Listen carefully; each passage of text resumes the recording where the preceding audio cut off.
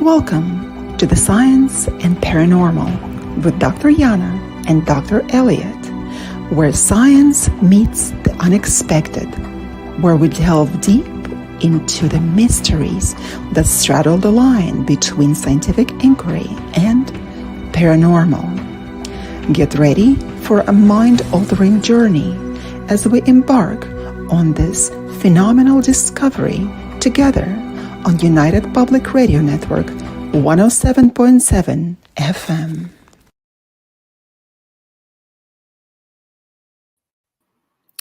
Welcome to episode 21 of Science and the Paranormal with Dr. Yana and Dr. Elliott. Tonight we have a very special guest with us, Dr. Bruce Goldberg. We're going to be discussing the secrets of the fifth dimension. And Science and the Paranormal is broadcasting live on the United Public Radio Network, the UFO Paranormal Radio Network, 105.3 and 107.7 FM, based out of New Orleans, and also on Roku TV. Welcome, Dr. Goldberg. Well, thank you very much for your kind invitation. And we're going to be discussing a topic that's dear to my heart, including my spiritual heart. It's about my book, Exploring the Fifth Dimension. The subtitle is Parallel Universes, Teleportation, and Out-of-Body Travel. So Dr. Goldberg, we need to introduce you properly. Oh. You are His Excellency, Dr. Hypnosis. Your Excellency, Dr. Hypnosis, that's exactly who you are, Dr. Goldberg. Well, a few words about this fantastic gentleman, fantastic doctor and professional. He is retired from dentistry. Dr. Bruce Goldberg developed the field of regression hypnotherapy along with the superconscious mind tap healing technique through hypnosis. Author of 21 best-selling and award-winning books, including Past Lives, Future Lives, Dr. Bruce Goldberg owns a thriving international hypnotherapy practice based in Los Angeles. He is world's foremost authority on futuristic time travelers and has written multiple books that contain the only real accounts of their existence. So for several years, Dr. Goldberg practiced dentistry and used hypnosis in his dental patients in his practice, while also maintaining a separate full-time hypnosis practice. As his reputation spread, he gave up his dental practice and became the country's only full-time hypnotherapist specializing in future life regression and past life regression. So, Dr. Goldberg, it is very interesting that you have a bachelor's in biology and chemistry, such eclectic taste you have, and then master's in counseling psychology. Later, you went to psychology, and then you remastered yourself as a doctorate in dental surgery. So how come you had such different paths that led you to hypnotherapy? Well, I was practicing dentistry first, and of course, using hypnosis for pain control and apprehension, the medical uses. But then I had read, when I was in dental school, University of Maryland, I had read The Search for Bridie Murphy, which is a documented case of reincarnation from the 1950s in Colorado. And I got interested in the field, so I decided to experiment. So I was experimenting with taking a friend of mine, a woman I met when I was a grad student, into past life to see whether I can do it. And I was just trying to experiment with the technique. And as working with her, she went into about 10 different lives, and she was able to overcome 2 habits and a phobia that I didn't know that she even had because I hadn't known her very well. So I saw the clinical uses of hypnosis, and that got me on the hypnotic bandwagon. So you might say now I drill into past and future lives rather than into teeth. That is so fantastic, because not that many people look into the future. And I accidentally myself stumbled upon the future life exploration just by the request of one of my patients. And later that I discovered that you have already done this extensive work into future life regression. Well, if you look at the background, you see this is my first book, Past Lives, Future Lives. Mm-hmm. This is a Valentine book, and the original version of it was in 1982. So at that time, when the book was published, it had about a third of the book, now it's a half of the book, had future life progression cases. So the very first time I did this, I wasn't trying to do that. I asked the patient to go to the origin of a problem. I didn't say go back to the origin. Remember, the Right. subconscious takes things literally. So she Absolutely. went into the 23rd century, and that was the birth of future life progression hypnotherapy. So, of course, I use age progression going into the future of this life as well as future life progression. So let me give you a quick case to show you how relevant age progression in this life can be. Back in 1996, it was June, a woman came to me from New York City. She had just graduated from college. I called her Tammy, not her real name. You'll see the year is relevant. And she wanted to go out of the body and to do out-of-body experiences, which, of course, is a component of my Exploring the Fifth Dimension book.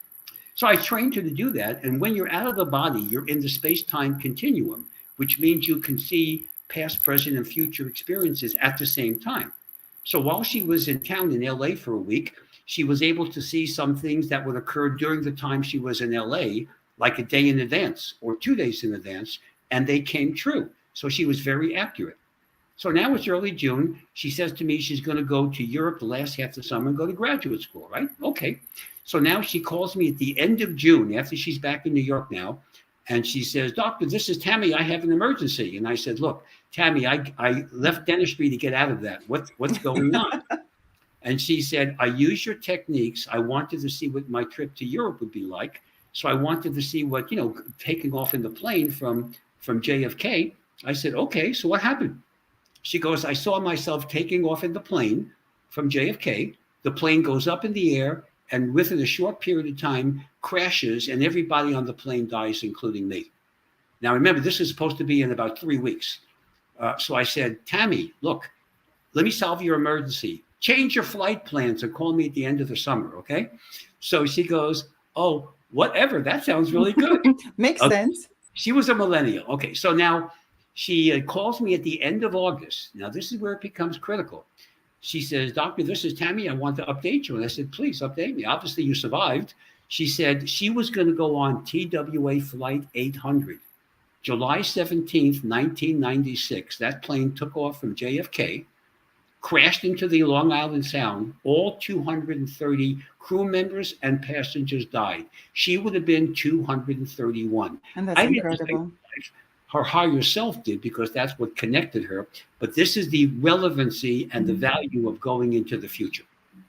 That is absolutely incredible because this way, people are able to see into the future and then change the events. So essentially, changing their destinies or not. Remember, the way the future works when you deal with quantum physics is that we have what we call a plastic future. For example, in Tammy's case, had she decided to take the original flight, TWA Flight 800, she would have died. But she had free knowledge of that, or foreknowledge, and she changed her plan. So she changed her future. Now, of course, in a parallel universe, she probably died on the plane crash, because everything happens in all these universes. And we'll discuss that in a few minutes. But what I'd like to do is go into the out-of-body experience first, because we're talking about the fifth dimension. So we have length, width, and depth as our three-dimensional world that our senses are designed to perceive. Okay. Now, the fourth dimension technically is considered to be time by physicists, and then anything beyond time is the fifth dimension. So when you travel into the fifth dimension, out-of-body experiences, OBEs as we call that, the term that I use is called ultra-terrestrial, not extraterrestrial, ultra-terrestrial. So I'd like to discuss a little bit about what happens with these dimensions.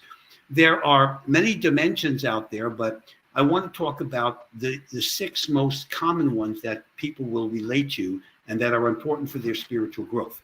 So the first dimension is the physical plane. That's our current dimension. This is the plane of the space-time and matter and energy. This is what we're used to. There are physical laws here that do not exist in the fifth dimension. So this is our three-dimensional world. Every dimension has a sound that's characterized by that dimension. For the earth plane or the physical plane, it's thunder. So you never want to try to do out-of-body experiences during a thunderstorm. It's not dangerous, but you're working against yourself. It's like the salmon swimming upstream. You want to wait till the thunderstorm ends before you do anything. The next dimension is the one that most people are familiar with, and that's the astral plane. Astral is a term that means starry. It was named during the Middle Ages. The astral plane is divided into the upper and the lower. The lower astral plane is a very nasty dimension that is the source of psychic attack. You never want to be there. It's a bad neighborhood. So it's if these entities that live there are permanent residents, they hate us, they want to destroy mankind, they can't, but they can create anxiety. So if you wake up in the middle of the night with a nightmare and you're yelling and screaming, you probably were on the lower astral plane. Now, the astral plane also has an upper astral plane, which is a good dimension, which is why I train my patients to connect with their higher self, the perfect part of their soul. The sound of the astral plane is the roar of the sea, just like holding a seashell up to your ear. That's what the astral plane signifies. It's the source of our emotions. It's a very emotional dimension. It's the source of our psychic phenomena. And again, a lot of inventions can be determined here because in the upper astral plane, there is the Museum of the Future. This is where I got my superconscious mind tap and my progression technique from. This is where Einstein probably spent a lot of time, Tesla, and a whole bunch of Yes, absolutely. And Yes, you can go there, by the way. So if you're an inventor or you just want to develop your business on marketing plans, this is a great dimension to go to. well, that is so interesting, Dr. Goldberg, that you are stating that the higher astral plane has this interesting noise, that the waterfall. What is then the noise of the lower plane? The lower astral plane also has the roar of the sea. But the reason why you can tell when you're there rather than the upper is because you have all these nasty entities like vampires and gargoyles and creepy monsters, and it's very noisy. Entities are trying to harass you. They're actually bullies. They can read your mind, so they have telepathic knowledge, as any fifth dimensional entity would. So it's not difficult to tell which dimension you're on, whether the upper or the lower. Now, the higher self, the perfect part of your soul, will never go to the lower astral plane. So if you're there, you're unprotected in a bad neighborhood, and you definitely don't want to be there. So at night, that you were saying that if we wake up with bad dreams, that we are probably in a lower astral plane. So how do we protect ourselves going to sleep in order to find ourselves in the higher astral plane? Okay.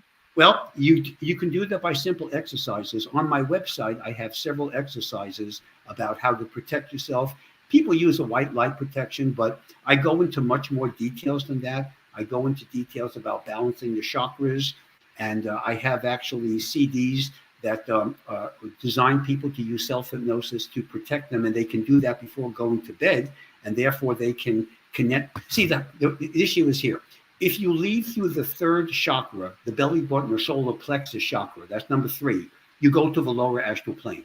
If you leave through the crown chakra, just above the top of the head, that's the highest of the chakras, you can only go to the upper astral. So that's why I train people to leave through the crown chakra. Now, any of the upper 4 chakras, heart, throat, third eye, and crown, will take you to the upper astral plane. So you don't want to leave through the lower astral plane. But people, when they go to sleep at night, they don't know what they're doing. They watch the news. They have fights with their spouse. They think of negative thoughts. And then they're going to go to the lower astral. So you want to... we should never have any fights with our spouses, right? Should never have before we go to sleep. If you want to fight with your spouse, do it at 7 o'clock in the evening, not at 11. and then make up for sure, right? Yes, make up. Yeah. Now, the next dimension beyond the astral is the causal plane. And this is the smallest of all the dimension. The Akashic records, or the memories of all your past, present, future, and parallel lives, are kept on the causal plane. You can access the causal plane from any dimension, including the earth plane. The sound of the causal plane is the tinkling of bells. It's like being in a New Age bookstore. And it's a very tiny dimension. Now, beyond that is the mental plane, which is characterized by the sound of running water. And this is a very important dimension. This is where the sound Om comes in. A lot of the masters from history, like a Jesus, a Buddha, etc., would hang out in the mental plane. The nice thing about the mental plane, it's very easy to determine if you're there, because if you're driving in a car on the freeway, all the roads are iridescent blue in color. It's the only dimension that has that. Why? Because their soil is iridescent blue in color, and they make their roads from the soil. all the residents of the mental plane dressed in white smocks. They look like little angels, and the buildings are geometrical in design. So it's very easy to determine when you're on the mental plane. Now, beyond that is a really significant dimension, one that I use therapeutically. This is called the etheric plane. The etheric plane is the largest of all the lower 5 dimensions. These make up the karmic cycle. It's characterized by the buzzing of bees as the sound. It's not annoying, but you do hear a buzzing of bees. It's the origin of etheric plane surgeons. Now, why do I use that? I train my patients to connect with their higher self, which will guide them into the etheric plane. Now, when you enter into a dimension like the astral plane, the soul occupies the astral body. If you go into the causal plane, it occupies the causal body, okay? All these spiritual bodies are different somewhat to the physical body. The astral body, for example, is taller, thinner, and younger looking than the physical body. So you can see women like to go there a lot, okay? The etheric body, however, is the only spiritual body that is identical molecule to molecule to the physical body. So why is that important? First of all, without the etheric body, you would die instantly, but nobody has to worry about that.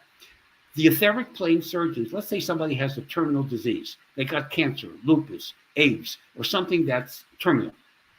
Well, the etheric plane surgeons, once you request their audience, it's not easy to do that, they will operate on the etheric body. You say, well, so what? What does that do with the physical body? Because the techniques I develop, you can transfer the healing from the etheric body to the physical when you return to the physical body upon awakening. And if you do that, the healing of the etheric body will be transferred to the physical, and now you can cure that supposedly incurable disease. And I work with, again, I don't take credit for this. It's the etheric plane surgeons that do it. But I work with patients with cancer and lupus and all these incurable diseases. And the percentage is low, but when it works, it's a brilliant technique. So the etheric plane is my favorite dimension because of the healing aspect of that. Now, these 5 planes, the etheric, mental, causal, astral, and physical, represent the karmic cycle. That's where you reincarnate until you perfect the soul.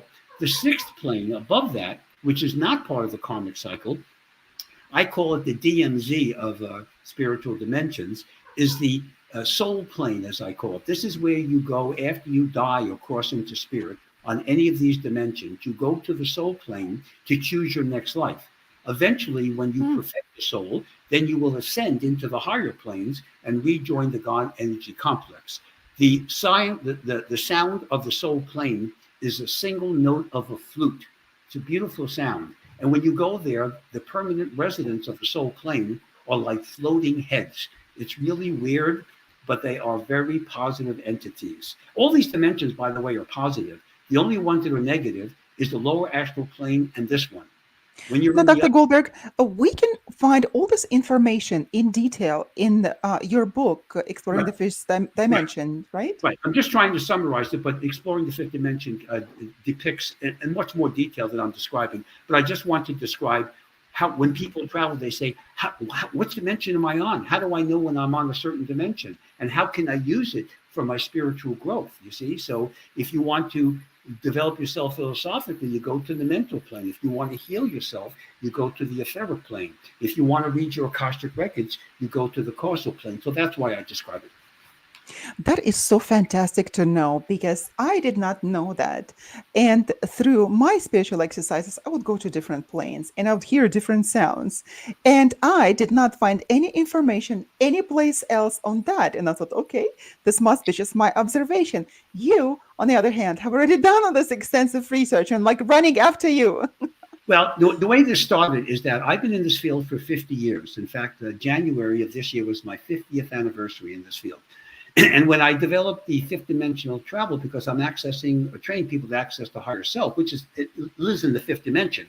So I became an expert on the fifth dimension. And in doing so, I wanted, as a scientist, as well a researcher, as well as a clinician, I wanted to know everything I could about the fifth dimension. Well, in reading the metaphysical literature and going back into the old days of the spiritualists from the 1800s and early 1900s, they don't really document the different dimensions as such. They describe a little bit of it. The East Indian literature is actually better than that, if you read the Puranas and the Vedas of East India, but they still didn't really lay it out. And I like to lay things out like a spreadsheet. So I did my own research, went to all these dimensions, of course, and was able to detail and then document what these dimensions consist of. So you're right. When people do even if they go out of the body and say, hey, I've been out of the body many times, but they don't know the different dimensions because nobody's talking about it except for me. And I don't know who else is documenting as much as I did. If they read my books, obviously they'll know about it, and I wish they would. But I want to have people to understand the details and how they can use these dimensions for their own growth. Remember, they're all positive, but if you want to heal yourself and you're hanging around the astral plane or the causal plane, you're not going to get the healing that you would in the etheric plane, you see? So I want people to know which dimension is best for them for whatever their purpose is. That is so incredible. And we all thank you for doing this extensive research because if I did not have any idea and actually have been doing the spiritual work for such a long time, then the chances are that there are people who want to know this information and didn't know and never came across. So we thank you for doing that and sharing it with us. I have one question for you, Dr. Goldberg. Where would you say like demonic entities would fit in? Would they be in the lower astral plane? Or the lower astral. They're all lower astral. Remember, they're permanent residents of a lower astral. I don't believe in a devil, but I do believe in the lower level demonics. They're the ones that attack people psychically. See, let me show you how this works. There's a hierarchy. I deal with psychic self-defense. Quite a few of my patients are under psychic attack. Some of them with black magic attack, and some of them just energy vampires that are around your daily life, that kind of thing. So yeah, we get reports of that as well through paranormal phenomena research of right. people feeling. And there's also a very it's not well known, but it's around. There's a syndrome called hands in the night syndrome. And when I wrote my book, Protected by the Light, which is about psychic self-defense, this is what it means. People will wake up in the middle of the night and they'll feel like hands are trying to choke them. This is called hands of a night syndrome. This is a lower astral trying to do that. Now, they can't physically harm you. They can psychologically stress you and make you feel anxious, and they would try to threaten you that they can destroy you, but they can't. All they can do is scare you. They're like a bad movie. But the lower astral, these lower level demonic, so they have a hierarchy. So when somebody's attacking you, it's usually a lower level gopher type entity, right? So the problem with this for them is that when they attack you, they go back to their supervisors. Remember, they live in this dimension, 24 hours a day of bullying. And the supervisor is going to say, okay, did you attack Charlie? And they'll say, yeah, I did. They'll lie all the time. But you can't lie and get away with it because they can read your mind. So if they fail in their psychic attack, the supervisors, the higher level or mid-level entity, will then beat the living crap out of them. And they have no incentive to fail on the psychic attack. So when I train people to protect themselves, that pretty much eliminates the psychic attack after time. Sometimes you have to do it for a while because there's no way in the world, and that's stupid, because there's 8 billion people on the planet. They can attack anyone. Most people are unprotected. Just about everybody's unprotected. So here, I train people to be protected, and if they continue attacking, they're going to get a shock in return, like an electrical shock, and they'll get beaten up by their supervisors. So psychic self-defense is a major technique that I do with all my patients, because there's so much negative energy. Most of it's due to like the media and the various things on this planet. That's fine. Not fine, but it's relevant. But the lower astral plane is much more severe because that place is really, it's what people consider to be hell or purgatory. The reason why it's not hell is because you can get out of the lower astral.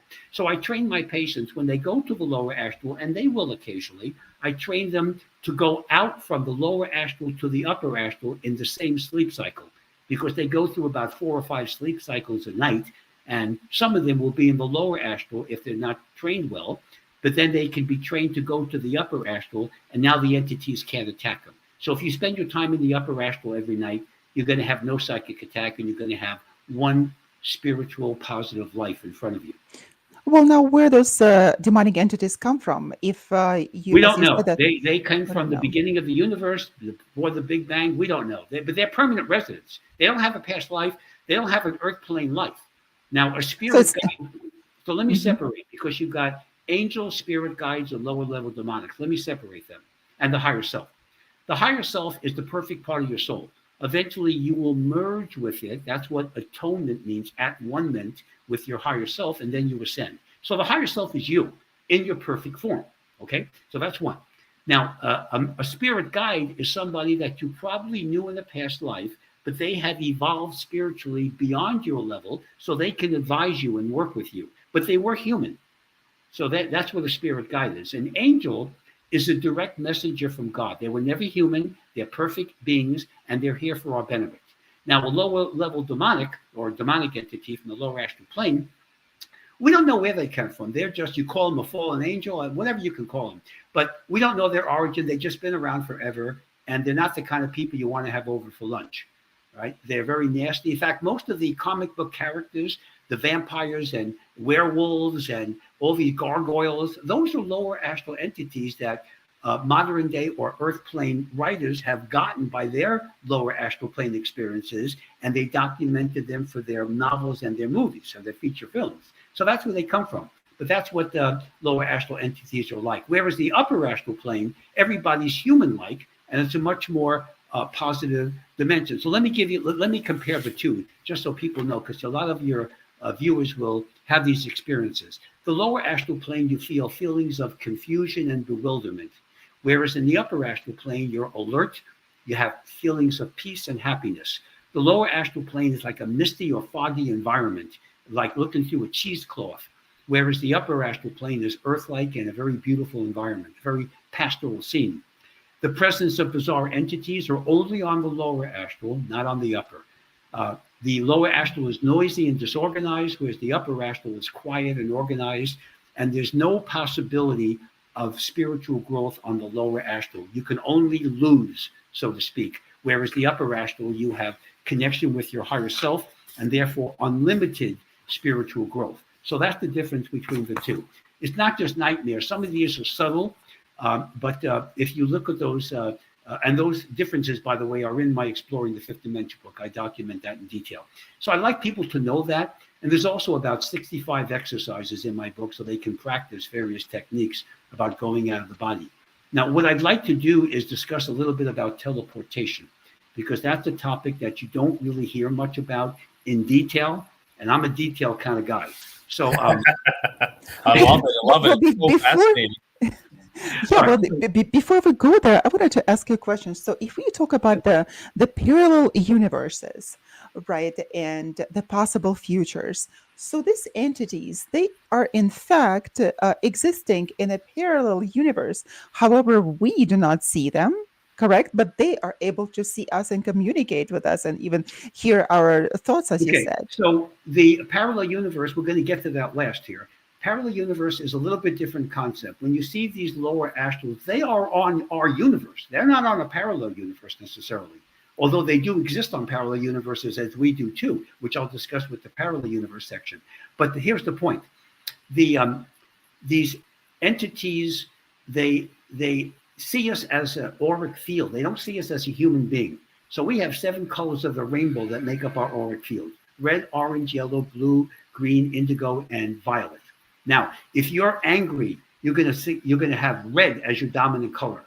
If you're in a healing mentality, it's going to be green, maybe blue. That's a healing color too. Okay, so if you're very spiritual, if you're practicing yoga or some metaphysical meditation or hypnosis, you're going to have a violet orientation to your aura. So when the lower astral entities see people that are dysfunctional, they're depressed, they have psychological or other issues, they're going to see a gray over tinge to your auric field.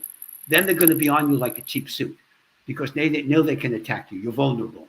So you don't want to project a negative aura. You want to project positivity, and that will keep the bad boys away from you. So that's what I mean by, but they see us as an auric field. And that is so important to know, because a lot of us, we don't understand how do we attract this sort of entities into our lives. But we know that when we are in low spirits, for example, we attract them more. So now scientifically, we already know why, because we are vibrate on different colors. But there's another aspect here, because I do interviews with a lot of different networks and podcasts.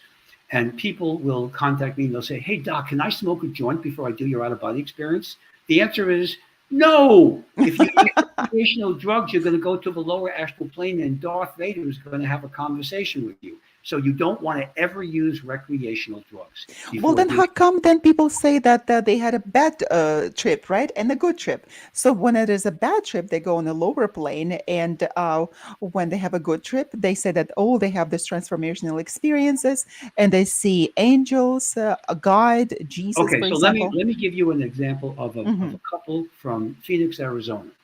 So I was working with this woman a few years ago. She was working with accessing her higher self and doing spiritual techniques. And she goes, Doctor, I need to have a 2 week break between our next session. And I said, sure. Any particular reason? She goes, her and her husband are going to go into the desert for a spiritual retreat. And I said to her, well, you live in Phoenix. That is a desert. Okay. All right. So I said, do me a favor. Let me give you a piece of advice. Is ayahuasca going to be part of your spiritual retreat? Hmm. She goes, duh, yes. And I said, you know my attitude. I'm telling you right now, my advice to you is don't take the ayahuasca. I know you're going to ignore me because I know who you are, but I'm just telling you, forewarned is forearmed. So 2 weeks go by. I don't hear from her. 3 weeks go by. I don't hear from her. So I call her on her cell phone. She picks up the phone. She goes, oh, Doctor, this is so and so. I'm so glad you called. I need to see you. I said, so how was the spiritual retreat? Her and her husband had just gotten out of the intensive care unit. Yeah, That I should can give you imagine. all you need to know about ayahuasca. Now, I'm not Yes. saying it's going to happen every time. Why risk it? And not only that, but you're not going to have. I know the shamans in Peru, and I know all these people that are using it. I'm just telling you, you're asking for trouble by using. We're not designed. Our body is designed as a factory.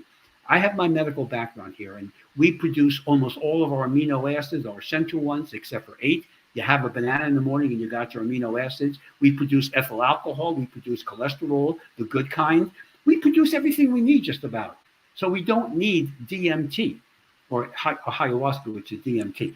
But we So also produce DMT in smaller quantities. we produce it in the blood-brain barrier, but do you have a psychedelic experience every day of your life? I Right. don't.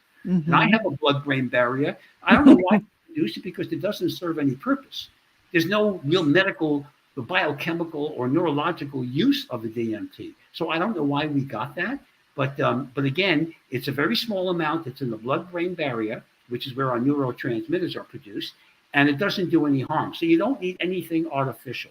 Just like when I train my patients to slow down the aging process, I'm training them to increase their production of DHEA, which is produced by the adrenal glands and the gonads. It's dehydroepiandrosyl sulfate, so to speak, biochemically. And people can go out and buy it in the health food store. The problem is it's from a sheep. It's not natural to your body. And you're going to have side effects, a lot of side effects, which are nasty. And, women are going to have deep voices. Men are going to grow breasts, things like that. You don't need that in your life. Let your body produce DHEA naturally by using meditation and hypnosis. So I like the idea of naturalness versus artificiality. So I'd like to discuss a little bit about teleportation now. Out of body, by the way, everything we're discussing here deals with the fifth dimension. So out of body experiences, your soul, the life force, the prana of the East Indians, or the subconscious of our Western terminology, goes into a spiritual body and goes around the world or goes into different planets. You can do anything. Now, but the physical body doesn't go anywhere with out of body experiences. Now, teleportation is different. In teleportation, the big T word, as I describe it, you actually move the physical body from one location to another. That is very significant. You can go anywhere. You can travel to Paris. You can go to Nova Scotia. You can go to anywhere with physically by using this. So let me give you an example of one of my patients reporting his experience. And I'll tell you about my experience. I've done this too. I, it felt almost like I was caught in a giant web. Suddenly, the world exploded into countless billions of glowing threads. They stretched away in all directions and intersected everything, including me. The overall effect was very similar to looking at a hologram, except it was visceral as well as visual. You could see, feel the image. That was his experience as a teleportator. Now, I'm going to give you my experience. I'm going to tell you about some very classic ones. So back when I was in the East Coast, I used to live in Baltimore, Maryland. It was the end of December. I remember I was watching a playoff game, football playoff game in December, and it was really cold. It wasn't snowing, but it was like 12 degrees outside. And I really hate cold weather, which is why I live in Los Angeles now. So I was thinking, I said, my best vacation at that time was going to Montego Bay, Jamaica. Had a great vacation between Christmas and New Year, several years before. But meanwhile, I can't go there now because I have a new patient coming in on Monday morning and I haven't planned for anything. So I have to be stuck in Baltimore. So I said, I'm going to teleport. I've got the afternoon to kill. So why don't I just go to Montego Bay? So now I had 3 miniature schnauzers at the time that were living with me, right? So I changed my clothes, put on my bathing suit, my little Zoris, my little radio, and my sunglasses and my copper tone, and I lie on the couch, and my dogs are looking at me like, what the heck is this guy doing, right? I mean, I have no idea what I'm doing. So I lie there, put on my little CD to teleport, and the next thing I know, I'm on Montego Bay on the beach. It's the afternoon, okay? So I said, wow, this is cool. I just arrived there. So now I'm only a few feet away from a woman. She looks like a college student, maybe in her early 20s, and she's on a blanket there, and she's only like 10 feet away from me.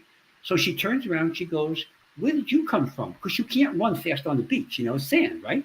And I said, well, I travel quickly. Do you mind if I put my towel down? And she goes, no, I'd like to talk to you, okay? So we're talking together and swimming and having a good old time. So now she says to me, she goes, are you going to stay here long in Montego Bay? She knew I was not from there. And I said, no, my flight leaves soon. She goes, well, if you are here, I come here to the same beach area every afternoon, and I'd like to see you again. I said, okay. The next thing I know, I'm back in Baltimore. I'm in my living room. And people say, doctor, that was an out-of-body experience, or it was not real, except two things. Number one, you had your magic carpet, right? Your towel, your magic carpet. My bathing suit was soaking wet. I had sand in my sneakers, and I had a suntan. Trust me, you can't do suntan with hypnotic suggestion. It's impossible. So basically, I was in Montego Bay, is what I'm saying. Now, so you say, well, that's fine, but what about documentation to this? So let me give you the most documented case of teleportation. It goes back to the year 1593 in Mexico City, Mexico. Now, in those days, the Spanish government owned Mexico as a colony. On October 25th, 1593, a Spanish soldier who was guarding the governor of Manila in the Philippines, he was guarding the governor, but the governor was killed in an assassination. His name was Gil Perez. The next thing Gil Perez knows, he's transferred 9,000 miles away to Mexico City. Now, this is 1593. There are no jets. So he's in the middle of the square in Mexico City. He doesn't know what's going on. Now, in those days, the Spanish government had their own style of guns and uniform versus Mexico. Mexico had a completely different style of gun and uniform. So he's picked up in, the cops are there, the federales, whatever. And they said, who are you? He says, he's very nervous. He goes, I tried to protect the governor, but he got killed. The governor was fine. What are you talking about? He says, Governor Don Gomez Perez das Moranas. He says, that's the governor of the Philippines. What are you talking about? You're crazy. You're loco. They put him in jail. So now we have the historical people in Mexico documenting this guy. The Catholic Church was called in, Mexico being very Catholic, and they decide to do an exorcism because they think he's crazy. So now we have the Catholic Church documenting this guy. So he's in jail for 2 months. Remember, it's October 25th. Around Christmas time, the Spanish government would send the ships around the world to their colonies, right? So they go from Manila, and then they go around to Mexico. So now they arrive in Mexico, and when they go to the mayor's office or down to the public or the politician's area, the guy says, we're bringing the news. And he says, okay, so what's new in the Philippines? He says, well, the governor was murdered. He said, really? When? October 25th. He says, we got somebody we'd like to introduce you to. So they take him to the jail cell, and the guy goes, Gil Perez, my man, what's going on? Mm-hmm. Now we have a documentation of the Catholic Church, the Vatican, and the historical people in Mexico in 1593. So what happened was Gil Perez did two things. One, he teleported 9,000 miles away, but he did that 12 hours prior to the death of the governor. because he came there on the 24th at about 9 o'clock in the evening rather than 9 o'clock in the morning on the 25th. So when you teleport, you can go back or forward in time, is what I'm saying. And that's how time travelers from our future travel to us. They teleport in the 35th century and beyond and come back in time. They can travel that way. So Gil Perez is the most documented case of But teleportation. that was an unintentional teleportation, and you have done it intentional. Now, how many times in your life have you done that kind of teleportation, like you went to the Well, beach? you can't do this routinely. I've done that 3 or 4 times, but I have patients of mine who have also done this, especially on an emergency level. So let me give you an emergency Are one. there negative consequences for that? There are no net. You're not going to teleport underwater and drown. You're not going to teleport in the middle of a mountain. Teleportation goes back in history. A lot of religious figures have done that, but also lay people have done that. If you go back in time, we're looking at least a couple of thousand years of history of teleportation. The most numerous cases are in England and Argentina for whatever reason. But let me give you an example of an LA version, not me, but Hmm. somebody else. I'm working with a woman who is she's very insecure. She's dating a guy who is beating her up. He's very psychologically abusive, and she's trying to break up with the guy, but she's too insecure to do that because she doesn't want to be lonely. So one day she's on the freeway in Los Angeles, the 405 freeway here, and they're having an argument. And this guy opens up the passenger door, throws her out on the freeway, right? Going like 70 miles an hour.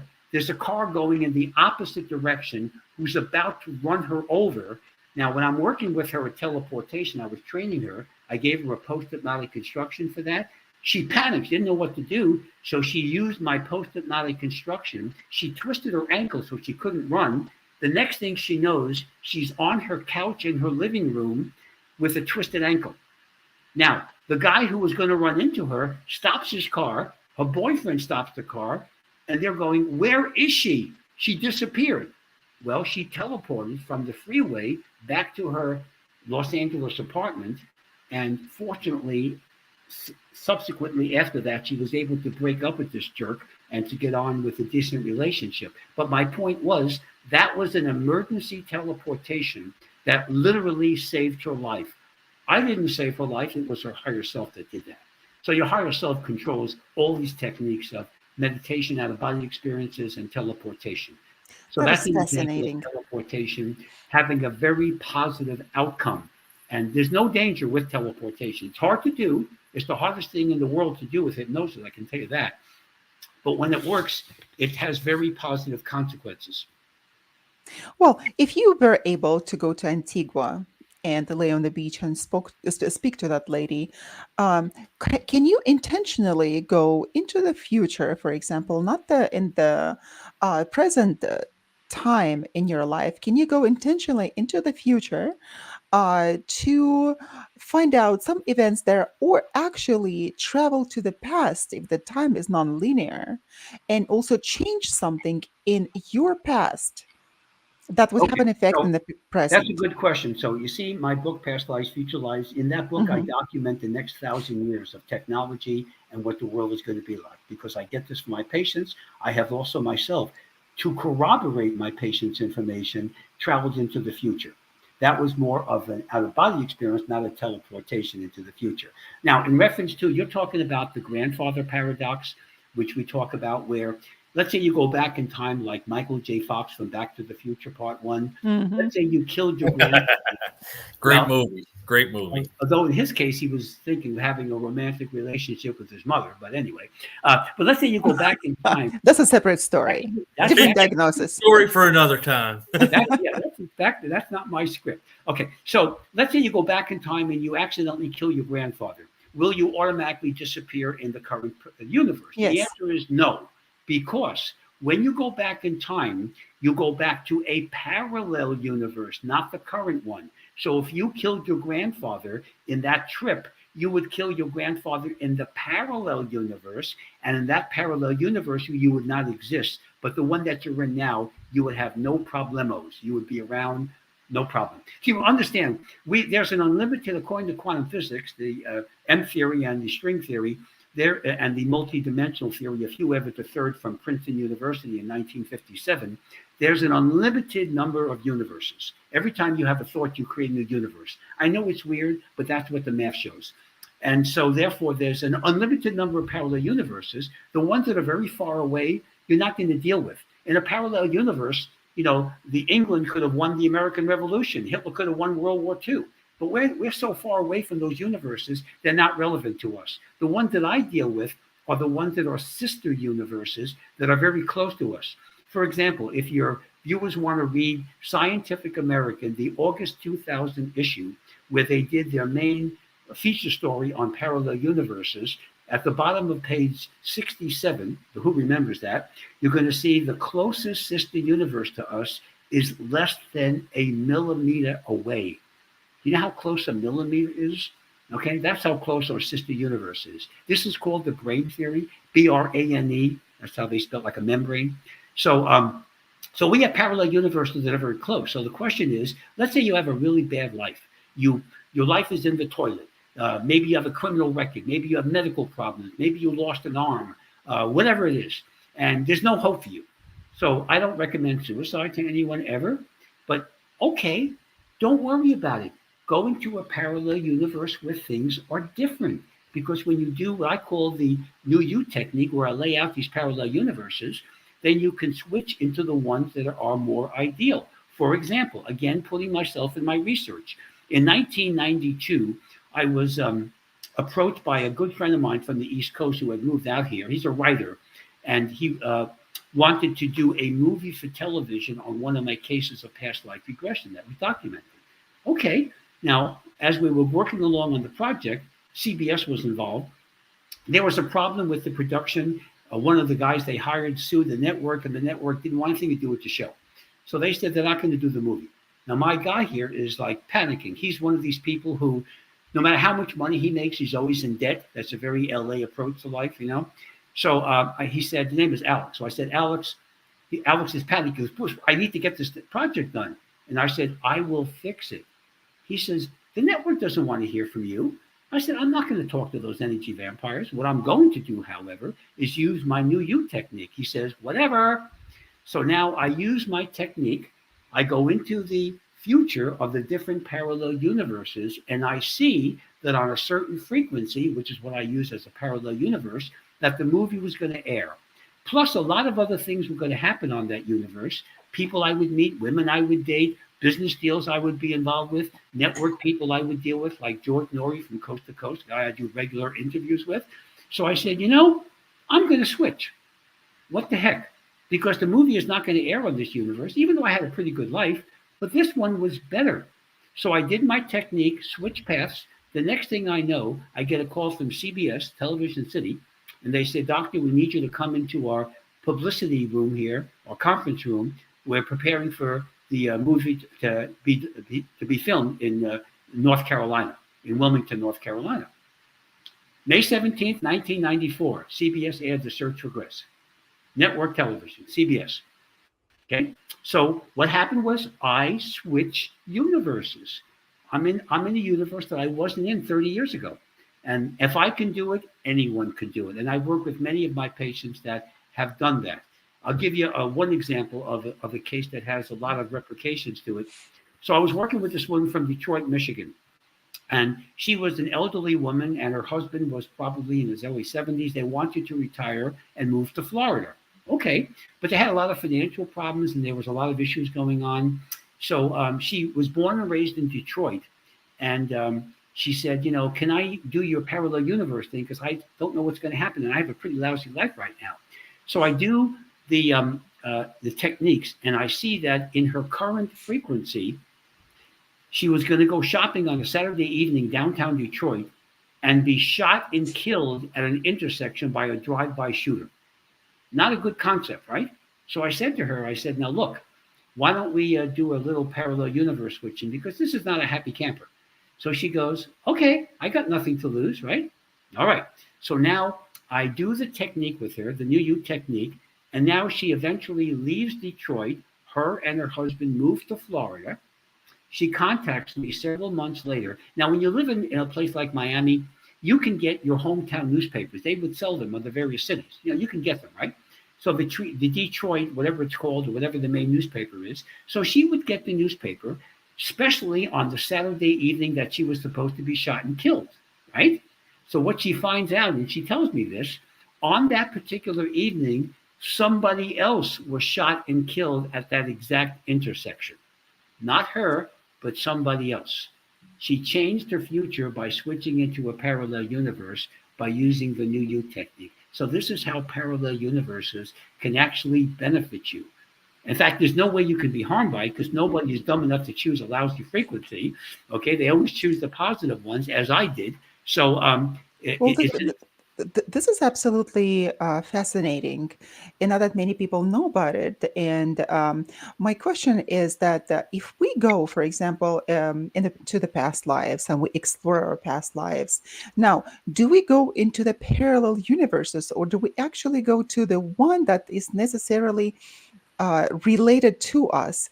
Because that's I a very know. good question. Now, the answer is you basically stay in the same universe unless you specifically request your higher self to take you into a parallel universe. So when you go back in time to a parallel past life or fold into a future life, you're pretty much going to stay in the same universe. You have to specifically request your higher self to do that switch. And usually the higher self won't do that because the higher self wants you to grow spiritually in your current life.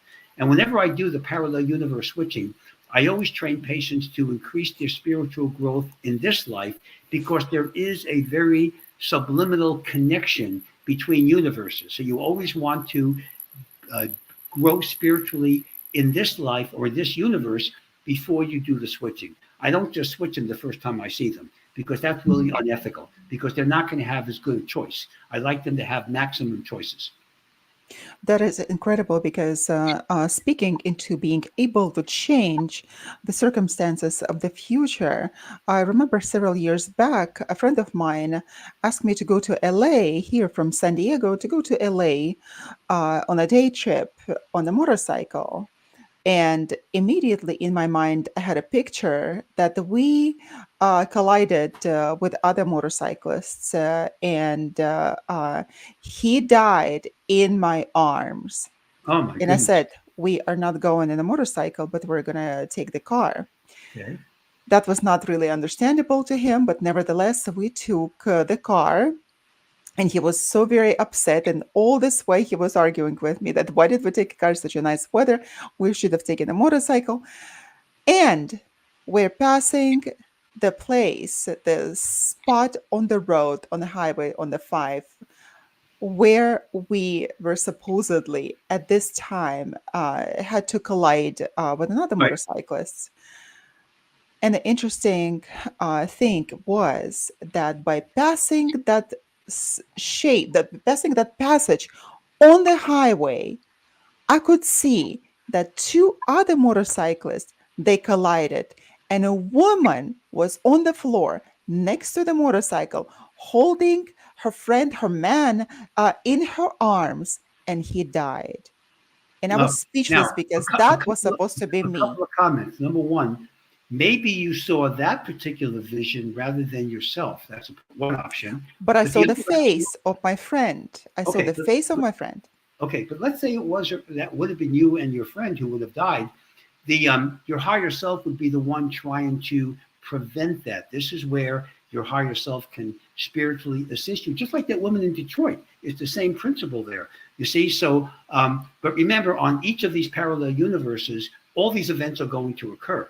So the question is, your higher self will help you if you request it, and you're obviously more psychic than usual, the average person. And since you're involved in parapsychology, that gives you a special insight and experience here, as well as development that would be beyond most average people who don't have that background. Just like I can do things and do my experiences with the future by using hypnosis. Remember, all these disciplines are shamanic.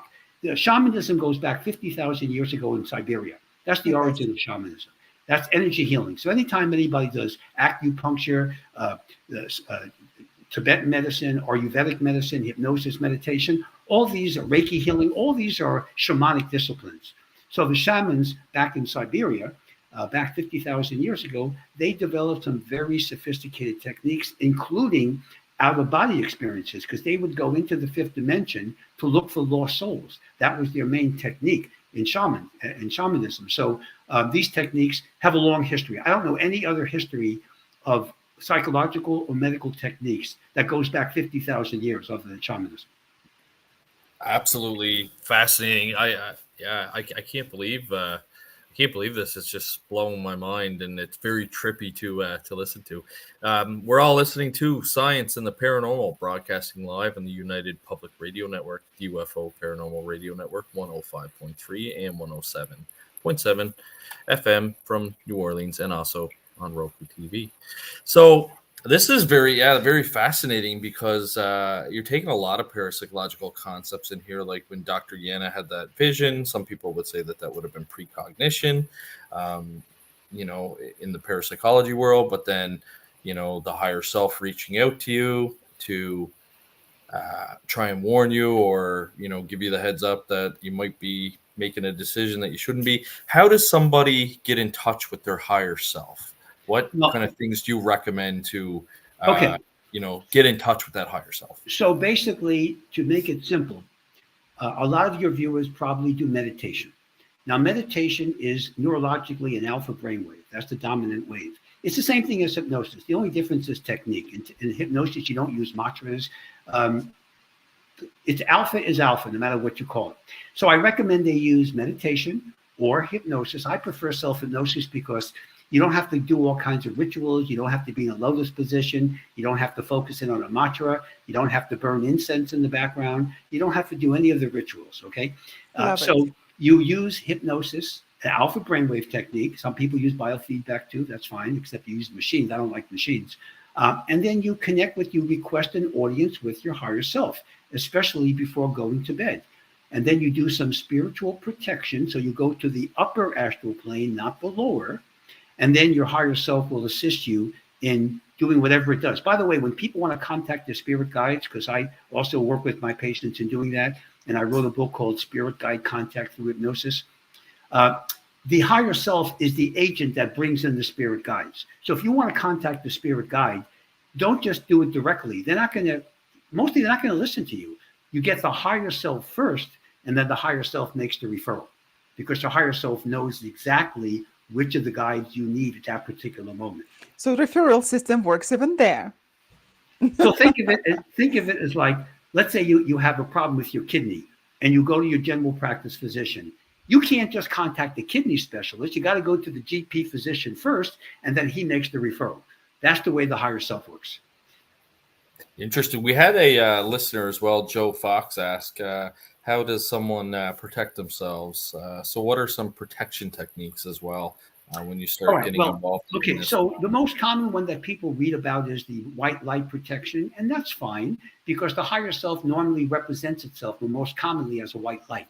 It could be a gold light too, but it's usually a white light. But that isn't going to work on significant psychic attacks. What you want to do is do something more exotic. So I refer to this as higher chakra balancing the fourth through the seventh chakra. That's the heart, throat, third eye, and crown chakra.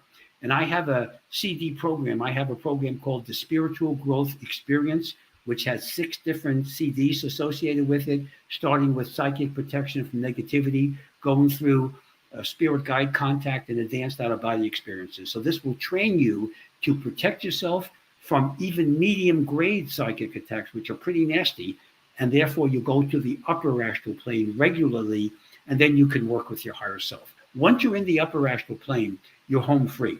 The higher self won't work with you every night, because remember, you only have one higher self, but you have an unlimited number of parallel selves in parallel universes. So it's sort of like a mother cat feeding a billion kittens, okay? So you have to get its attention. But because I'm not working with you, or your other parallel selves are not doing these techniques, you're more likely to get the attention of the higher self.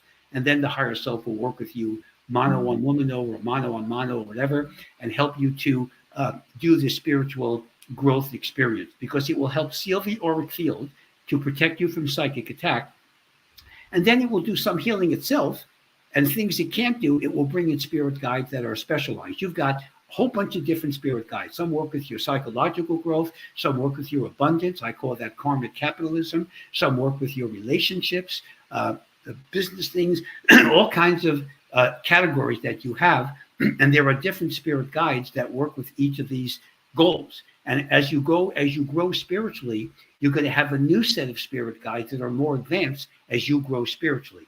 The ultimate purpose of this is, of course, ascension and perfection of the goal of the soul, so that you can get out of the karmic cycle. That's the only reason why we're here. Everything else is earth plane caca, as I call it. The only purpose is getting out of here. Do not pass go. Go to the soul plane, ascend, go into the higher plane like a Buddha, except Buddha hangs around here supposedly, and then rejoin the God energy complex from whence we came. And that's the purpose of, and by the way, people can use these techniques to meet a soulmate, the other part of your original oversoul. We call that a soulmate, a twin flame, so to speak. You can use these techniques for anything. There's nothing wrong with it. The universe will help you. But remember, the universe isn't here for our titillation. So if people want to use progression techniques to win lottery numbers or sporting events, don't do it. It's not going to work, because the universe doesn't care about your titillation. It cares about spiritual growth. So you don't want to violate universal laws.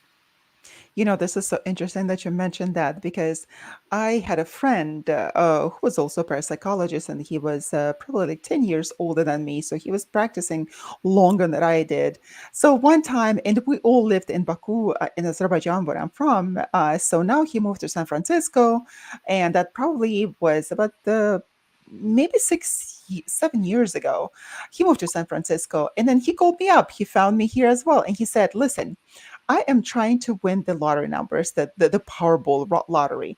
He said, the interesting thing is that I can never get the last number. And would you help me?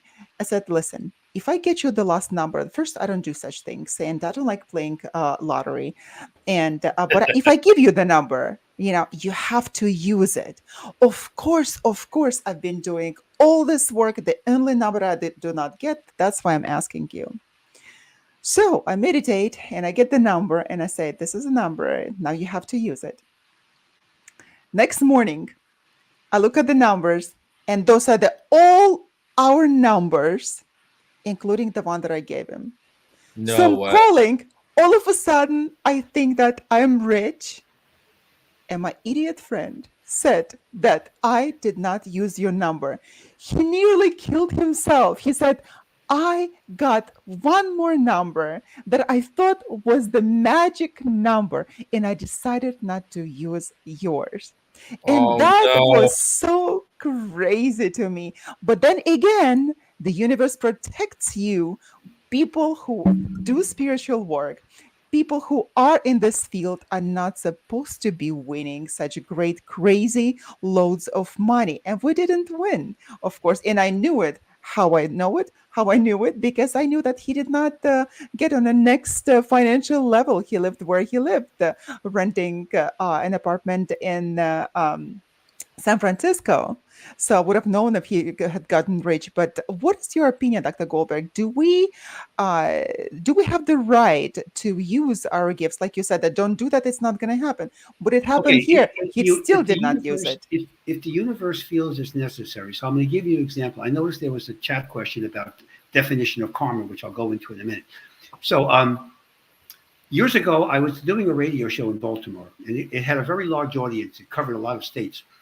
And a guy calls me up. He's a former patient of mine. He used to work in General Motors as an automobile factory worker. He hurt himself and was retired on disability. He was couldn't work, and he wanted to open up a small business. Now, this was like 40 years ago, and he needed $5,000. And he had no money, he had no credit rating, so he could never get that money.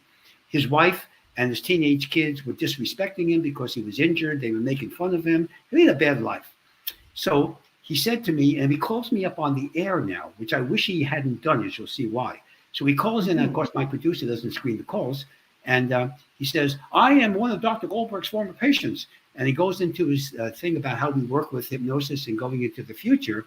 And he says, Doctor, I just want you to know that I use your techniques and I won exactly $5,000 on the Maryland State Lottery. Not $1 million, not $100 million, but the exact amount of money he needed to buy into his business, which he did. It became successful. Now his wife and kids respecting him, and he had a life. So you see how the universe worked? It gave him just enough not to be, because the universe, people think they can cheat the universe. You can't. The universe is perfect. We're the ones that are messed up, not the universe. So you always want to follow universal laws. Now, as far as the definition of my definition of karma, karma is a Sanskrit term. It means action, reaction. And what it means basically, if you do a good service for someone, you do somebody a favor, you're going to be rewarded. If you lie, cheat, weasel someone, you're going to have to pay that price. So basically, you want to be able to be positive. Like, for example, sometimes I do favors for people. I have a lot of contacts as I'm a Hollywood consultant, so I'll help people along the way. I don't get anything out of it, but I do it actually selfishly because I know the universe is going to reward me in the future, and it always does. Somebody does a favor for me. So in other words, if you keep your life positive, have a good motive, even if it doesn't work out, but if your motive is pure, the law of karma will help you. There's also a law of abundance too, which is related to that. If you do nice things, the universe will relate you in your professional pursuits, whatever business or profession you're in. So karma is simply lessons to learn. And as you eliminate your karma, then you're ready for ascension. I have a very pertinent story to tell just about karma and how it works in this regard. Long time ago, I was working with cancer patients. And one of the women who was undergoing the treatment, she was going to sell her house because she couldn't afford to uh, pay for the cancer treatment. And I helped her not to sell her house and to actually have the pharmaceutical company pay for the costs because I don't know whether that is a ubiquitous practice or not, but at that time, that was probably 15 years ago, the pharmaceutical companies cover the cost of the treatment for people who could not afford it. So I did my extensive research, I've done my work, and I helped her not to sell the house. Her house cost 160,000. So 10 years fast forward, then she was so happy, incredibly happy because she was able to actually get over cancer and then moved to San Diego. And with that money that she sold the house there, she was able to buy a condo here, plus some other money that she added. However, that was 160,000. 10 years later, when I was buying my house here in San Diego, I could not get approved for the loan. Right. It was 3 times already, and I didn't know what to do. So I inquired up and I said, okay, I need help right now. So what happened is that the place that I wanted to buy became available. Why? Because the previous person who made a bet on this house could not afford to buy it, or something didn't actually went wrong with the banking system there, with financial system. And that place, the one that I own now, was 160,000 less. 160,000. And you know, Dr. Goldberg, like the prices for the realty here, that's absolutely incredible. Yes, right. Skyrocketed, unbelievably expensive. And that was $160,000 less. So you're illustrating the karmic aspect. This is the This is karmic the report. exact to the penny. But look at the numbers here. The numbers are identical. So that's the way the universe works. Remember, the universe is really perfectly constructed. If you look at, if you're familiar with the golden ratio, about how Yes. the butterflies and how snails and all these little ratios, the 1.6 to 1, that's the universe. It doesn't have to do that. We have certain constants. We have the speed of light. We have the Planck's constant from quantum mechanics that are absolute, unbelievably intimate mentalities here. So the universe works on universal laws, which are created by perfect beings, not us.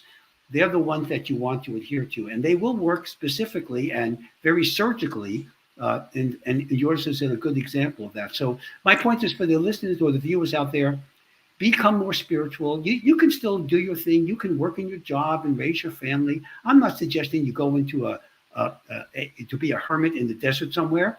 No, you do your thing, but you want to keep you want to be honest. You want to have a good moral, ethical code. You want to do unto others, which is not a Christian principle. That precedes Christianity by thousands of years. It's an ancient Absolutely. part of the mystic the mystery schools of ancient Greece and Egypt and Persia and all these other countries. So you want to do unto others, be cool about things, be positive about life. Always keep your thoughts positive, even if something is negative happening to you. If you keep your thoughts positive, you're more likely to have a better outcome. Whereas if you think negatively, you're almost guaranteeing a negative outcome. So you always want to become more spiritual. And I like to consider myself to be a realistic idealist. I understand the reality of the world, but I always keep my thinking positive, my motives positive, and usually I get rewarded as the patient that I work with. So the higher self is always the critical aspect here. I love it. Realistic idealist and pay it forward. Always pay it forward. Well, I mean, you understand, we live in a society where people have so much baggage. The media programs you negatively.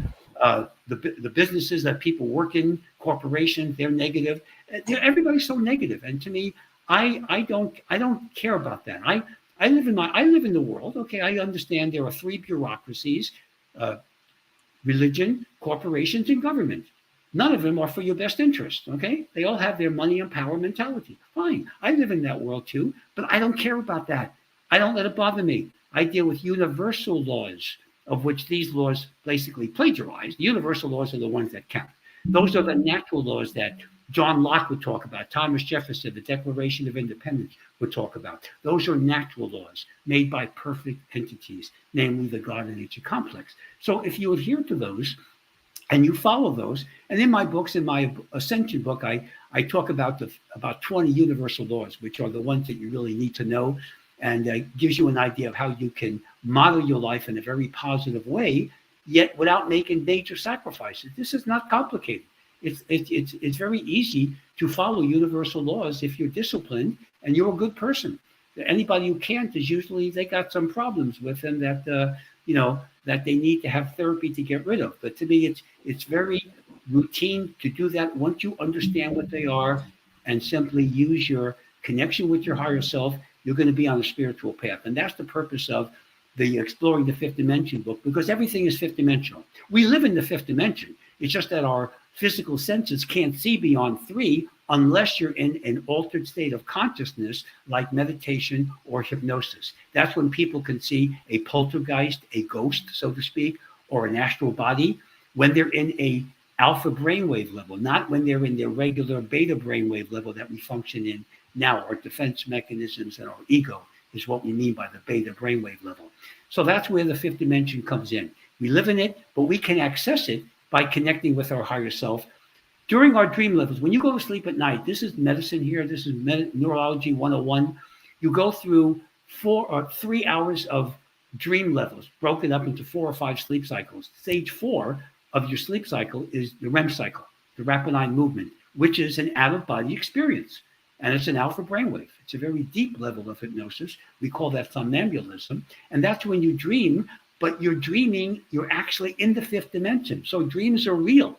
It's just a different dimension. They're not fantasy. It's a real dimension that you're in when you're having these dream REM cycle experiences throughout the night. I have a question for you, Dr. Goldberg. That is, of course, pertinent to the fifth dimension. In your book that you published in 2007, Custom Design Your Own Destiny, if we can design our own destinies, are you a proponent of the free will? So, do you believe that we can change our future destinies? Because I know that a lot of religious currents they suggest that our days are predetermined and everything is already spelled out for us in the future. So, can we, in fact, design our future?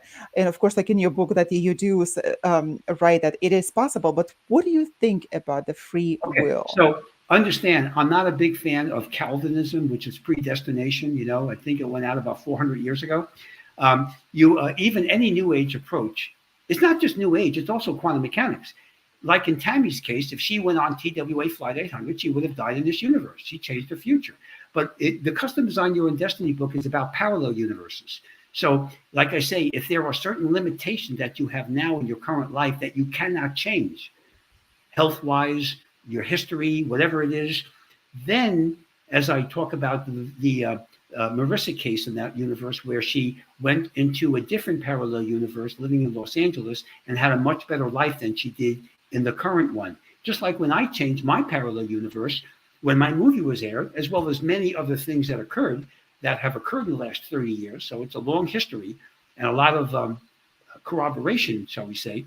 That book is about changing into a parallel universe. But to do that, you have to improve your life now. You have to connect with your higher self, increase the quality, not the quantity, of the soul's energy, the frequency, vibrational rate that makes up your soul.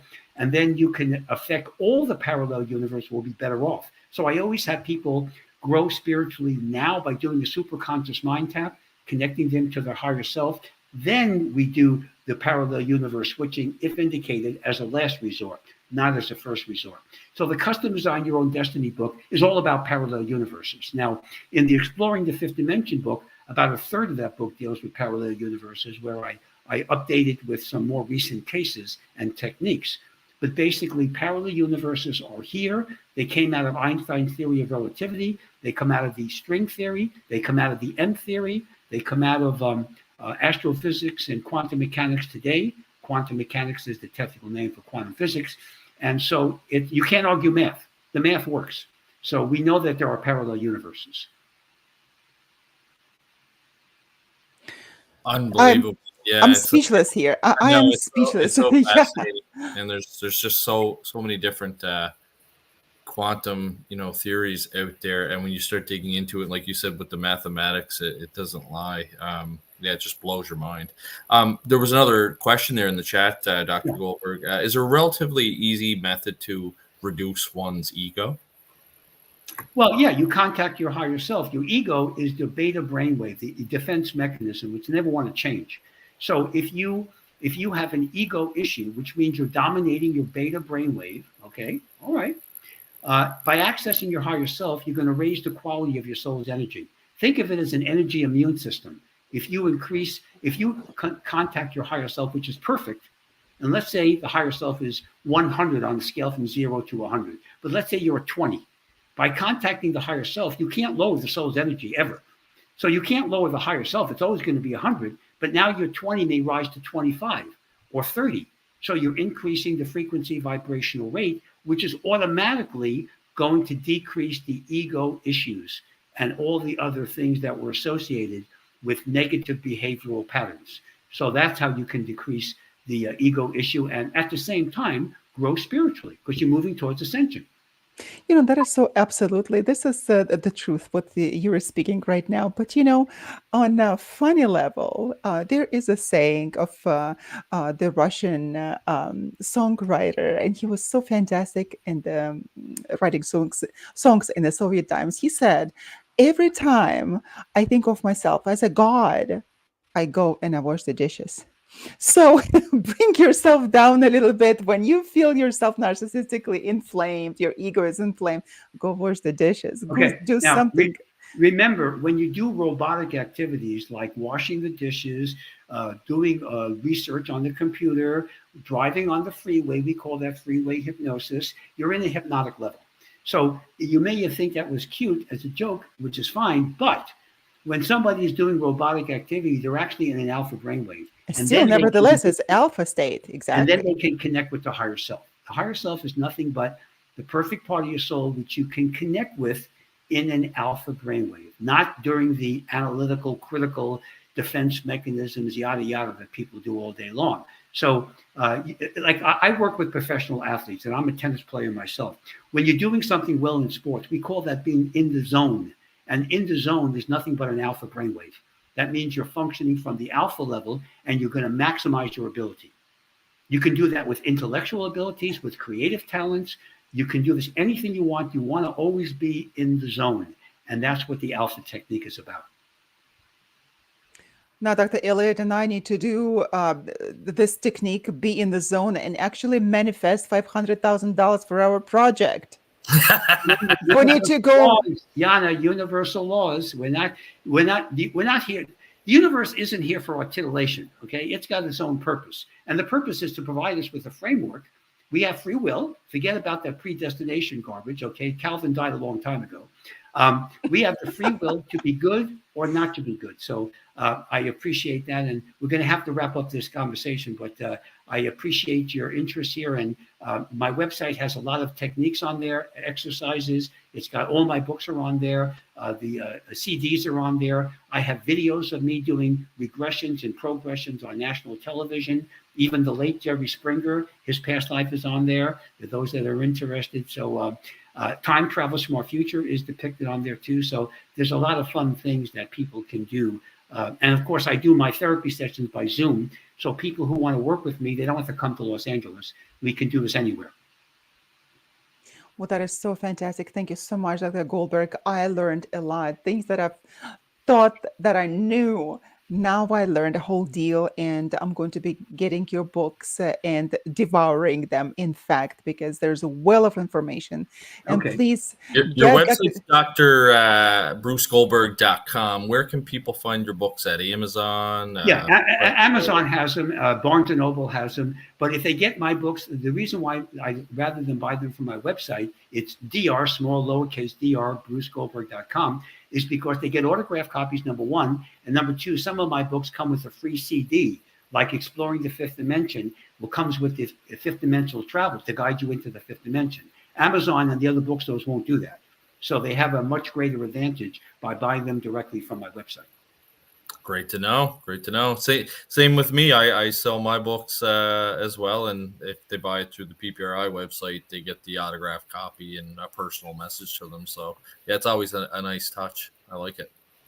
Well, Elliott, it's been a pleasure meeting you, and Yana, yourself too. And I appreciate your interest in my work, and your viewers are more than welcome to contact me. So I wish you all a positive fifth dimensional experience.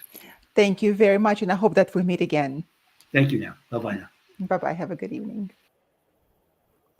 What a great guest. Very, very Fantastic. fascinating. Very, very fascinating. Next week we have Kim Mosher joining us. She is from Eastlink, which is a local Atlantic Canadian broadcasting TV network. She did the show Haunted, not to be confused with the one that's on Netflix. She's also has a medium and psychic abilities. She was a guest speaker at the 2023 Halifax Paranormal Symposium, was extremely popular, and I wanted to bring her back in some sort of capacity. So she's actually going to be our mistress of ceremonies for the 2024 Halifax Paranormal Symposium. And Dr. Yana and I just want to remind you that we do have a website. It's www.scienceandparanormalpodcast.com. And if you guys have any questions, we get a lot of questions through the chat, which is awesome. But if you have other questions that you want us to address on air, send us an email at scienceandtheparanormal@ppri.net. You can also visit Dr. Yana's website at yanagreenberg.me. And you can visit my website at ppri.net. Other than that, what like other us on social media. Like us and share. We've been trying to take a little bit of a break here, but we're just not unable to do that. We're just highly conscientious people speaking psychologically here. We cannot take a break. We have to keep working and working. Yeah, we keep on working. So no, it'll be interesting next week to sit down and talk to Kim. And also, don't forget to whatever you're listening to us on, whether it's YouTube, through Facebook, through our Science and the Paranormal YouTube page. Don't forget to give us a like, a follow, and a subscribe. It just kind of helps us keep track of numbers and help support us. And if anyone out there listening wants to sponsor our show as well, we are always looking for sponsors. We don't have one yet, so it could be the first.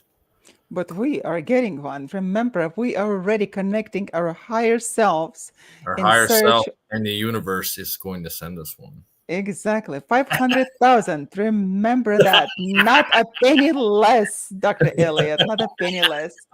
What are I you love it. laughing? You're I not love it. taking that seriously. I love Dr. it. No, Goldberg no, was, geez. I'll have to come up with a number in my head too that I need. Like I'd love to. Yeah, we got to figure something out here. 500,000 is a great start. Might yeah, need a little because bit more to do even more. so many times, we play this ESP game, right? Trying to uh, prove our abilities, of course, the extrasensory perception abilities, and that works. That works. But nevertheless, you're still skeptical about it. I can just see that skepticism. Dr. Elliott, your parapsychologist, get rid of that skepticism, you know. Depends on what it is. Sometimes I'm skeptical. Sometimes I'm not. It just I don't know. It just depends. But I do believe in karma. We've talked about that before, so I found that was very interesting. And I did almost like Dr. Goldberg said, where he does random favors. I do that as well. Sometimes it'll just strike me, and I'll buy somebody's order in the lineup for Tim Hortons, which is equivalent to. In the US, you guys have Dunkin' Donuts, so our Tim Hortons would be equivalent to your Dunkin' Donuts. Or there was a lady one time I was at the grocery store, and she was an elderly lady, and I could tell her she might not have been able to afford her groceries, and I ended up putting it on my bill. Just random things like that, because I'm the same way as Dr. Goldberg. I honestly feel that when you do good things, you attract good things. And when you're doing negative things and in that negative low vibration, as everyone calls it, you attract that. And so it's always good to stay in that, as he says, the higher plane, or as some people call it, the higher vibrations.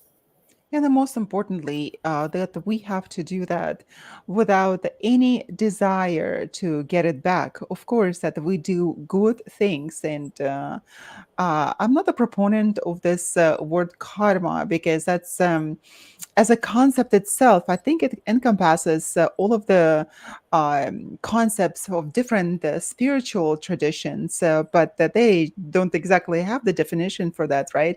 So karma, I guess, is the word that would be as a collective word for all of them. And yes, so we have to do that without hoping to get anything in return. That is the only way when it works. I've Yes. noticed that so many times, that I always thought that why things are going my way. When I need them, they do come my way. And Mhm. then I trace it back and I say, well, do you remember that you gave so much stuff to this friend? You helped this friend. You help absolutely a known person to you, that I donate so many things. I don't sell them, some things that I sell, but a lot of things that I've been donating. And that it doesn't matter how much it costs. Here we have all this monetary values for that, right? And when we write them off on our taxes.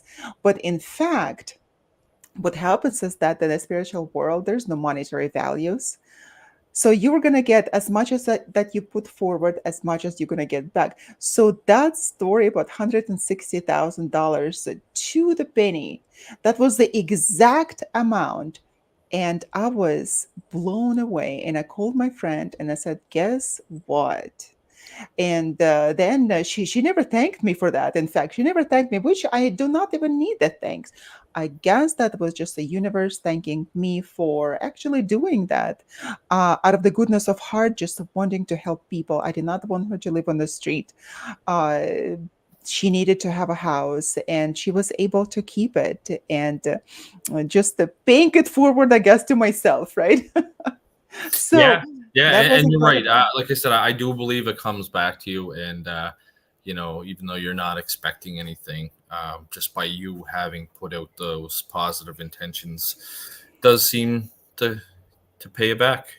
And even if it doesn't pay you back, even if you personally don't won't get it, your children will, your loved ones will. your grandkids will. So, Yes, yeah, I always think of that story in the back of my mind that you told me about your grandfather that oh, didn't yes. didn't do the business deals properly, and then you kind of found like when you were trying to get into a few different ventures that you were having some difficulty. So I always think about that, because uh, if all that does come down through the generations, I don't want my daughters to have to struggle because of the sins that I've done. So yeah, I always keep that in the back of my mind. That's one of the stories you told that stuck with me. That somehow we get entangled and we pay for the wrongdoings of our ancestors because it is our own line. What is it called in English? Because in Russian it is called rod, when all of your ancestors are preserving that power for the future generations, that you are able to tap into the power of your ancestors. What is it called? Do we have any concept of that in the Western world? I'm not sure. Yeah, I'm not sure what that would be called That's actually. what it is. The Native Americans, they have that as Yeah, well. And they seek the help of the elders, of their ancestors. And that, I believe, that is very helpful. So, yes, indeed. I'm so glad that it stuck with you because it it's very has. important. By accident, I got Actually, you know what I started doing too. This show is gonna drive me nuts. But what I started to do was after we had Ada Ajik on here talking about curses and stuff like that over in their culture over in Bosnia, they believe not pouring hot water down the sink because it upsets the demonic. So today when I cooked my spaghetti, I ran cold water as I slowly poured the hot water down the sink. I've been doing that now because I'm so paranoid. So no, because you know about the pipes, and that's gonna destroy the pipes. That's what I heard. But the funny thing, yeah, let's not do that. You were just trying to preserve the pipes. Don't become paranoid about it. But long time ago, that I learned what in the Jewish tradition that if you take a shower and you spread that to try to get the water off yourself, right? Every time you do that, every droplet produces a demon. oh Imagine no, that. I do Imagine that how many too. demons would be there. I do that too. I'm gonna be in the psych ward by the end of the show, probably. So no, I don't do that. And of course, I splash the water off myself. But what happens is that every time I think about it, because there's some ideas that get stuck in our minds, so let's just get rid of them. You know what? You need a hypnosis session. I'm gonna do the hypnosis on myself, not to think about water droplets. Well, I won't be doing the water droplet thing in the shower anymore now either. I'll remember that. Well, it was a great show, Dr. Elliott. It was. Very Now, informative. Dr. Elliott's orders. You get some rest this week. This week. We have Yeah, one more show next week. What are you talking about? I know we next week, but you take the rest of this week easy. Yeah, it's like Robert De Niro. What's the matter with you? What are you talking about? All No, thank right. you, everyone. You were listening to Science and the Paranormal, broadcasting live on the United Public Radio Network, the UFO Paranormal Radio Network, 105.3 and 107.7 FM, based out of New Orleans and also on Roku TV. Thank you so much. You're chanting there. Have All a right, great night, everyone. everyone. Have a good night, everyone. Good night.